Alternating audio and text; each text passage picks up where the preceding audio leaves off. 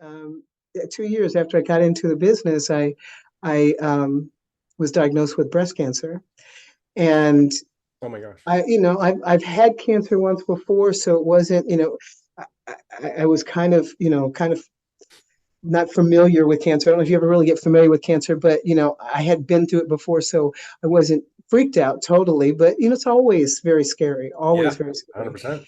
And so, and it wasn't breast cancer before, so it was a different kind. So, but this time in my journey through that breast cancer, I met somebody who introduced me to RSO oil. I didn't know anything about that, and they actually taught me how to make it. And so I actually started RSO oil before they went in and did surgery. Um, and and interesting enough, when I did when they took out it was a lump, and they took out the lump, and they said, I think we got it wrong because, it's smaller than what we measured it before. But they didn't know I was doing RSO oil or doing any kind of treatment.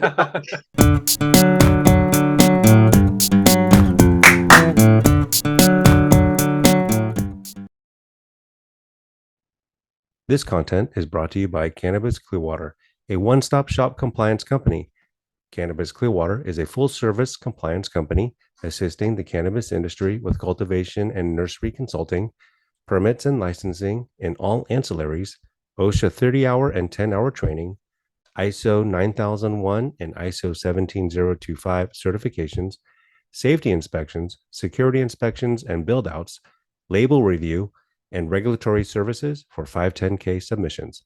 For more information, go to www.cannabis-clearwater.com. That's www.cannabis-clearwater.com.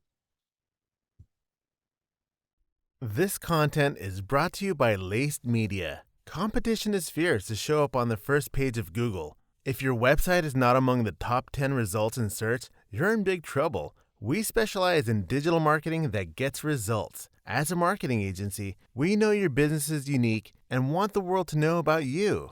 Getting leverage in the digital world is not an easy task to take on your own. Laced Media is the leading digital marketing specialist that can launch your business by promoting how awesome you are. We take the time to understand your business and your customers to build a strategy that is perfect and capable of delivering remarkable results. Marketing can be stressful when you're not sure what to do, don't have time to do it, or just want someone else to manage it. For more information, go to www.lacedmedia.com. That's www.lacedmedia.com.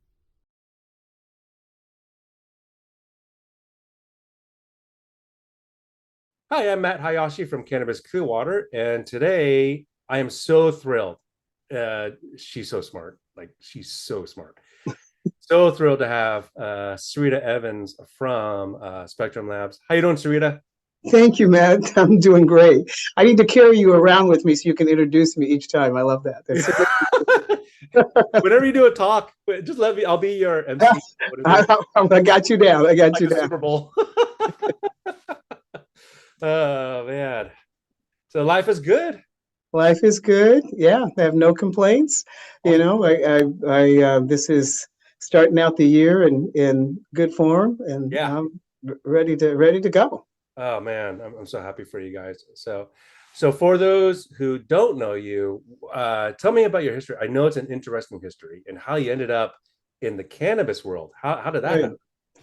Well, I guess I'm a newbie to the cannabis world in this sense. I actually got a lot of years behind me, so I had a informal relationship with cannabis in my younger days. Like everybody else. It's a little bit more formal, I think. But the way that I got brought back into and brought into the formal part of the cannabis industry is probably about 5 years ago. And I actually am a trainer and a mentor for entrepreneurs. Right. And so I was at a pitch session just for regular businesses, and I've worked with a couple of nonprofits, and I had I had the pleasure of being in a pitch session with two gentlemen who were pitching a cannabis testing lab, and so I first thought I was in the wrong room. It's like I was told to go into this room, and there was about 12 people in there, and they started talking about cannabis, and I think I'm in the wrong room. I don't know why I'm in here. So, but and I would have left if it wasn't just a small group, and I was right in the front, so I couldn't just leave without being rude. So I sat there, Oh, you're in the sat front. through it, and I really got engaged with the conversation about cannabis. This was again 5 years ago, before everything was all set up, and so they were talking.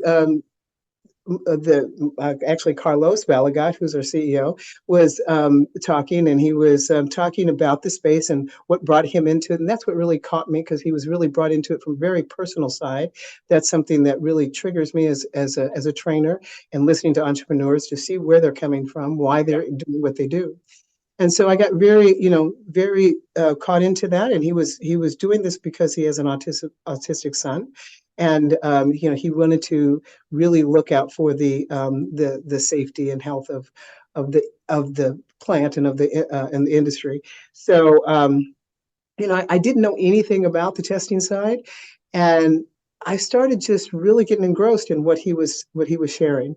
And it made me go and do my research. That's what I go do, and I research things, and really realized that cannabis, there's no legal cannabis industry without testing, without testing labs, and the way that it's set up, the way that the state has set it up.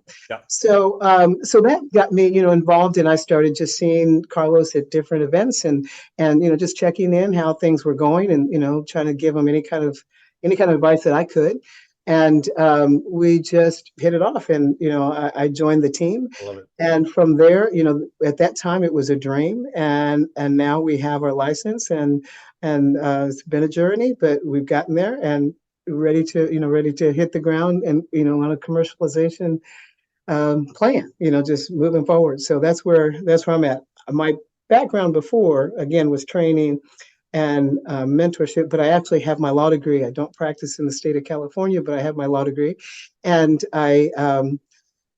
so I have a really compliance driven background. Right. And so that was the part that I was really super interested in, where this was going to go from California. We're legal here in California, and I think California is a leader, for most things that happen in the United States. That's what I like to think. I love California. So, I wanted to be a part of that also. I wanted to be a part of that, what was going to, what the direction was in the future. Right. So that's something that also really, really pushed me. So that's where I'm at. But you grew up, did you grow up in Colorado? I forgot what state you grew up. I actually came here 22 years ago to California, and I came from Colorado. Now, where I grew up, I'm an Army brat, so I kind of grew up everywhere. So the world was my, where I grew up, I would say. I was overseas, everywhere. I was in New York, and I was in Massachusetts, I was Illinois, all across the United States and the world, really. So I ended up in my adult life in spending most of the time in Colorado before I came to California. I've been here longer than I've been any place in my whole life, and so this is now my home, and that's the advantage, I guess, of having the world as as your oyster. But you traveling from different places, and you're learning a lot, because most people who are not, most parents who are not in the service and who are not in the military, they're pretty much just stayed where they grew up. Like, right. If they stayed in California, Los Angeles, and then, they go to high school in LA, maybe call UCLA, but then that's when they get to kind of travel and, get a brush of real life. You got a brush of real life when you were little, traveling all over so many different states, right? What was that like, traveling? Well, it's all I knew. So I didn't really have anything and then I was my dad was in the Army. So all the kids that I was around lived the same kind of life I lived. I didn't really see a lot of difference. He was in the Army for long before I was born. And so we were always moving around. And It was normal to me at the time. Now that I've been here for 22 years, again, that's just like a lifetime to me, to be in any one place. Yeah. I get antsy. I do get antsy, because You really? there's a good side, and again, there's a double-edged sword, a good side and a bad side to everything. But I feel like, for me, it gave me a chance of I can just kind of go anywhere. I felt at home anywhere, because that was where I was at that time, is where it was home, and so that felt really good. I did, when I did finally, my dad finally retired, and I kind of realized, oh, wait a minute. All my friends, they've just been in this one place all their life, and they have friends for all their life. And I didn't have that, so my friends would come and go. Right. And so that was, and I know people that have friends for 40, 50 years. Right. I never was in a place that long, or, kept contact that long, to have people in my life that long. So I always, I kind of always, was envious of that, but very grateful for the fact that I can just, just start, pick up and feel at home wherever I go. That's what I'm saying, right? Because every time you moved, you got a sense of different, just the different attitudes in that area, right? If it's California, Right. Georgia, like, Right. the vibes are different, man. That's what I'm saying. Keeping it real. They are very different. And what I learned and the reason I really feel like I can call this home, what I learned as I, kind of got older and started paying attention to those different places.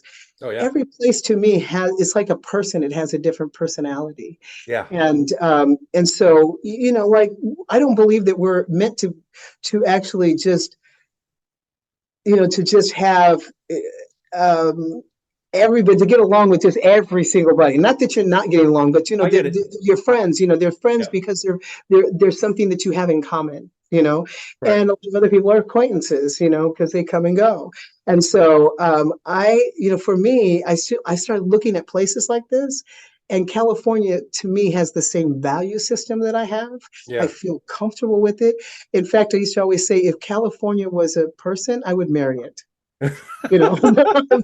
Just that's how much I fell in love with California because of what I perceive California to be. So not everybody looks at it that way, but that's how I perceive that's California. for sure. And so it's a good thing. We might have monogamy. This is my spouse here. So anyway, that's what I feel like. And now you're in the cannabis space. And now I'm in the cannabis space, and it's funny because I did this later in life, obviously, and my daughter. She lives in Georgia, and when she heard that, when I told her what I was doing, what I was going to be doing, she goes, "Let me see, you are going to be in the cannabis space." And she just kind of blew her mind. Now she would be a perfect fit for the cannabis space, but she didn't Okay. the cannabis space. So that was kind of eye-opening for her. What But was your? to me, Go ahead. Go ahead. To me, it's kind of more of it works because what I've done before, I'm also a serial entrepreneur. That's the reason I worked with entrepreneurs. Right. I love starting businesses. I love the birthing of a business. In fact, I have a nickname of the entrepreneur doula because I like to birth businesses.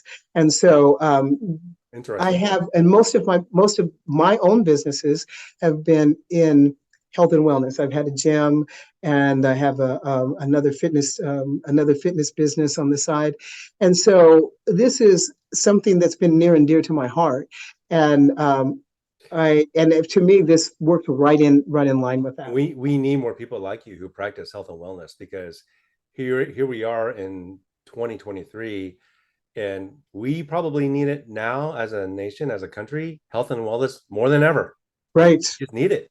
We definitely need it. And, I know you didn't ask me this, but, this is something that once I got into the space, I would go to conferences and everybody had such a personal connection with cannabis. My connection was health and wellness, but it wasn't, cannabis was kind of different, and I was still trying to find my place there. Yeah. And interesting enough, like after I was in 2 years after I got into the business, I was diagnosed with breast cancer. And Oh my gosh. I've had cancer once before, so it wasn't, I was kind of, kind of not familiar with cancer. I don't know if you ever really get familiar with cancer, but I had been through it before, so I wasn't freaked out totally. But it's always very scary, always Yeah, very scary. 100%. And so, and it wasn't breast cancer before, so it was a different kind. So, but this time in my journey through that breast cancer, I met somebody who introduced me to RSO oil. I didn't know anything about that, and they actually taught me how to make it. And so I actually started RSO oil before they went in and did surgery. Um, and and interesting enough, when I did when they took out it was a lump, and they took out the lump, and they said, I think we got it wrong because, it's smaller than what we measured it before. But they didn't know I was doing RSO oil or doing any kind of treatment. And so, it was crazy because, I just let him go with it. I said, that's great, but since then it was like I really healed much better. I honestly don't believe I would be here today talking to you, Matt, if it wasn't for cannabis coming into my life so now I have my own personal story. Wasn't really looking for that story to have, but I have it, and it's important to me. So it even made me so much more committed to, the health and wellness of this plant that helps so many people. It certainly helped me, and it helped me be here to talk to you, and helped me be here for my grandson and for my daughter. And so I'm forever, grateful for the people that helped me and for the plant that helped me. Was it something, was it like self-medication dosage? Like what was your therapy on that? What did you So take? it was RSO, it was Rick Simpson oil, Uh-huh. and it was so it's really just extracting, totally the THC out of that. So you're Yeah. doing Yep. pure THC basically, Yeah. and and for me, again, it's been many, many, many years since I have, just partaken in cannabis, my younger life. But, so I wasn't totally ready to just, I'm just going to take this and be really, because it's 100%, pure THC is when you get done with the extraction and going through the process of making it. But someone taught me how to do it in a way that I would use suppository. So for me, that really helped me Right. because it bypassed, what they call it, bypassed my liver, and I didn't get super high. I certainly got a little high, and it was fun, but I didn't get super high. And so where I can still function in my business, and because still had to do business, I still had to take care of things, and I could still function. And for me, it was a godsend, that I was Right. able to take that and have it work on what it needed to work on inside my body, and still allow me to do what I needed to do in the world.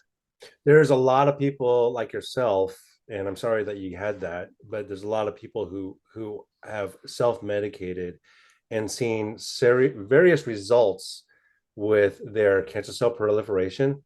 And a lot of the medical doctors now are publishing in medical journals how CB1 or CB2 can stop the proliferation of cancer cells. Now they're just trying to Mhm. figure out what mode of action, Right. how does that take place, how does that stop on the RNA and the DNA side of this whole cancerous thing. So, and your body makes CBD1 and CBD2. So it's interesting to see that cannabis, before those crazy stigmas, now is turning into, like, it's finally being accepted as Right. almost, but it's finally being accepted as, hey, in the medical world, hey, this is something that we could look at. We should investigate it. Right. You know? And I love it. I love it even that, finally they're starting to look at it on a national basis. For me, I believe this is the future. I believe Yeah. that this 100%. is there's this RSO oil, was developed by Rick Simpson, and I'm grateful for what he did. But I also believe that there's so many other, that was just the tip of the iceberg.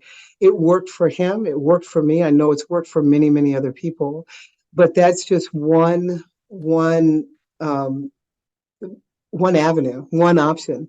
I believe that once we are really able to just, like you said, do the different research, this is the new venture, It the is. new adventure to go out there, and there's just, to me, there's just countless um, things that can help with, and so I'm excited about that future for cannabis. The government published a journal where they did people who are on medical marijuana, and it was a big survey. It's the State of the States 2022 medical cannabis evaluation. I'll email it to you. It's Yeah, really interesting, and it had all of this. 6.1 million people who are on Medicare, Medi-Cal take cannabis. yeah, Of the people that died, none of it was cannabis related. In fact, nobody died from a cannabis reaction. right. And we have millions and millions of dollars being pumped into this whole thing. It just makes sense to investigate and invest a lot of our dollars and cents into the science of it, right? Into Right. the cannabis science of it, and get rid of those old stigmas that are kind of, if you want to get real, they're just blocking everything. They are. They are. It is nothing but stigma. It's cannabis has been written about and been used for just you know thousands of years. Yeah. It's crazy. As you can go back and there's some of the earliest signs of Chinese, yeah, like anything. yeah, like Anything China, that's yeah, been written Rome, about, it's there. yeah, And so I really do believe that the biggest problem is stigma that we have right now, and if we can just kind of work through that and just let that go, and that people can see the advantages that are just open and there for us. And I think that like I said, I believe it's going to be a game changer. And we didn't talk about people that are on Medicaid and Medi-Cal. I mean, you look at, we just got done with the Super Bowl, and a lot of athletes in yeah. every You sense know of it, what? That's a good point. use it to help to medicate. It's to deal with the real issues that's going on in their bodies. And so Yeah. we need to let go and just kind of really look at it as our friend, because that's what it is. So I've been talking to a lot of healthcare professionals, and I say, like, I don't believe in all of your eggs in one basket. That's just not my thing. And so I think cannabis it's a great way of therapy, but Mhm. it's just another tool. Let me see if I try to make sense of this. It's another tool for healthcare professionals to use if Right. other stuff don't work. And then you Mhm. can make it a therapy, right? You can manage Right. chronic pain, Alzheimer's, people who have ALS, anxiety. I mean, who doesn't have anxiety these days, right? So Mhm. if the other prescription drugs that are not working, why not try some of the cannabis products out there? Not self-medicate, but get a doctor who can analyze the data and do it that way, and use it as a therapy thing. So you could, mix it up and try to figure out what's you. Everyone's different. Mhm. Sure. Everyone's body is different. So if you try to find the right, the right combination for you, then why not? So Right. I'm all for Exactly. it. Like you said, But just another arrow in your quiver, that you can use to take care of. and now you're a CFO out of the cannabis lab. Exactly. Exactly. And and I really look forward to you know really just creating some partnerships with the medical field, and moving forward, with and being in the lab is a wonderful place to be in order to with that kind of dream. So we're able to um, work along with the medical, with doctors and researchers, to see what else what can be, and also providing a safe, healthy plant to them. And you're doing some research, right? You're helping out with the colleges, or am I not mistaken? Like, you're helping out No, with. we are working with, we do some work with UC Davis. So that's why we're located in Davis, Okay. California. And we picked it on purpose because both of my co-founders actually graduated from UC Davis. So they have a good relationship with the university, and we wanted to be close to that. It gives us just access to their professors and Right. the Might as student well. bodies Hey, and if we need some some research help. So we thought we can work with them, they can work with us, and see what we can do as in a partnership. So we any chance we can to work with UC Davis. They've got some very interesting studies and things going on there, and so we have been in talks with them and working with them on some things. they have their own hemp pro.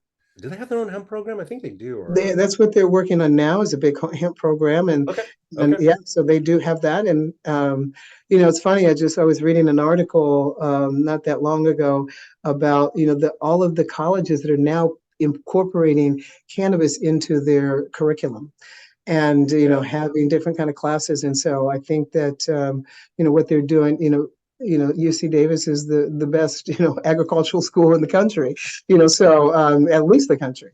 And so I think that they're set up really well to really work in that industry. 100%. I was talking to my friend Sihi up in Humboldt State, and works at Humboldt State or Cal Poly Humboldt State, and you may or may not be aware, but Cal Poly Humboldt State is going to be, I think, the first college in California that's going to offer a bachelor's degree, Mhm. in cannabis. It's just like, holy moly, if that's not a change, Right. like the Humboldt State, that their investors backed up on it, that they got the buy off on California State, and so here we are, 2023.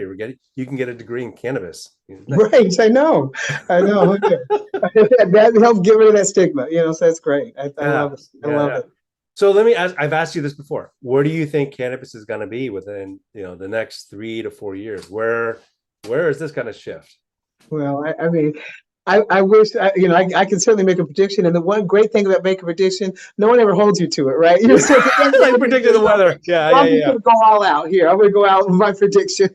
But well, part of it is probably some of my dreams, where I would like it to go. But I do believe that in the next 3 to 5 years, that it will be, I think it's going to be descheduled. I think that it will already be opened up federally, and that being said, there's going to be a lot more research. And to me, I believe Yeah, that people are going to just focus on what can what are the capabilities of this plant, and it seems like every year we come up with something new that we learn about it, because we've got a bunch of wonderful people in the cannabis industry that's doing some research on their own, that I hmm, think that's going to be able to then spread and influence, like pharmaceuticals that come out, and just have a whole new industry yeah. of drugs, I hate to even say drugs. So it's not just drugs. I It's got you. just No, I hear you. ways. I mean, therapies, ways that can just help us in our mental and physical health going forward. So It'll be I part do of. believe that it's going to be way more incorporated with that. Yeah, it'll be the norm. It'll be It will part be of the the norm. standard. FDA will standardize it. Medicines, a healthcare community will standardize it, and it'll just only take off from there. And you started from the very beginning, and you're going to see this big picture of like, holy moly, look where it is now.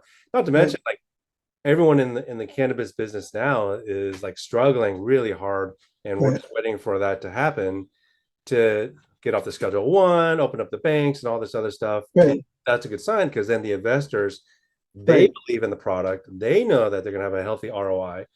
So it's just going to be a matter of time. It's just, Yeah. right now we're just hanging out. Yeah, and I do, and I'm a true believer, because we've had this conversation Yeah. that Many it's going to times. be rescheduled, Yeah, and yeah, but again, that's I've heard some things, I try to stay up on as much as I can, and because of my legal background, I've tried to be talk to lobbyists, talk to different people that yep, talk to politicians. I at one point wanted to be a politician, no longer, but at yep, one point wanted to do that. But that there's just people that are in the know, and and I've so I believe based on just some of my conversations, that this is inevitable. This is going to happen. yep. that we've got other countries. We got a country to the north that has made it legal. A country to the south made it legal. We're sitting in between, and I think that Makes sense. there's a lot of pressure there, and there's other countries that are already opening it up. So I believe that it's going to happen. I do believe that it's right now is a very it's a tough period, Yep. because we're still trying to find the way. Still, prices are all over the place, coming down, and I still think but that's with any new industry. It happens. It just happens that way. And so, I'm trying to hold on, put my seatbelt on and hold on until we get through this and be Yeah. there when that happens. Because how exciting is it to be part of such a kind of a new industry? This It isn't really really is. new, but it Yeah. is new on the legal side. It So really is. yeah. Yeah, it's very exciting. Well, before we go, feel free to give a plug. Tell us about the company if you want to, or we. Well, I appreciate it. So, and I knew this was going to happen. Well, hopefully that will stop ringing here. I was It's trying okay. to turn it off. But let me see. Okay, sorry. I had to turn that off because I knew it was going to. I thought I had done that before. That's all Sorry. right. But so my plug. Okay, so I believe that. So I really believe in my heart that to have a strong, healthy industry, cannabis industry, there needs to be a part of compliance. There's just that to me is it needs to work along with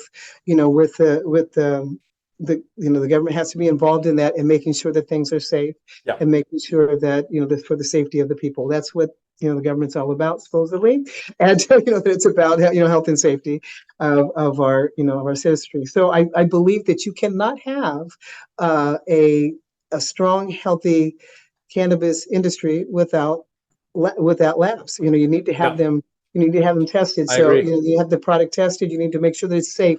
With everything that's going on, out in the world, we need to make sure that what we put inside of our bodies and our minds is safe. So Yeah. so that's what we're about. That's what we're about at Spectrum. That is the bottom line of who we are, is making sure that the product is safe, and it's all about making sure that we have a good industry. So Yeah. that's what we work toward. Compliance is key for us, and we are we are young, in the sense of our company is young.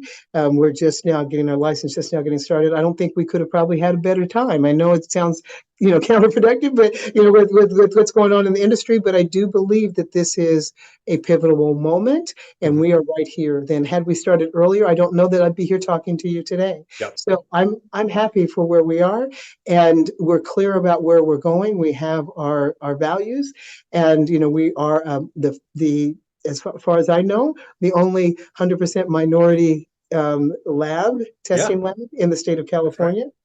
And we're proud of that.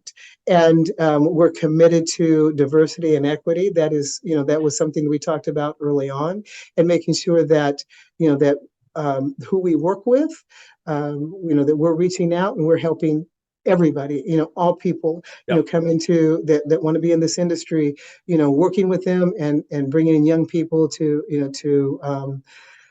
learn the science part of it. And so, so that's part of our value system. And so, again, we are committed. We're committed to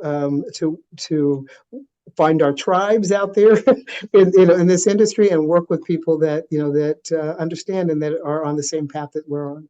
What's the name of your lab again? Spectrum Cannabis. Spectrum Cannabis. Spectrum Cannabis. Spectrum Cannabis. Yeah. I'll leave all the information on the video so that everyone will see it. And, right.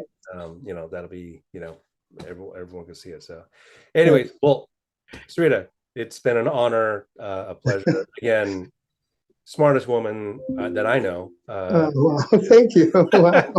I don't know. I think you know a lot of smart people. I'm seeing a lot of smart people to talk to. So I think that just even talking to you, for you even to mention me, I'm honored, and always here to help out.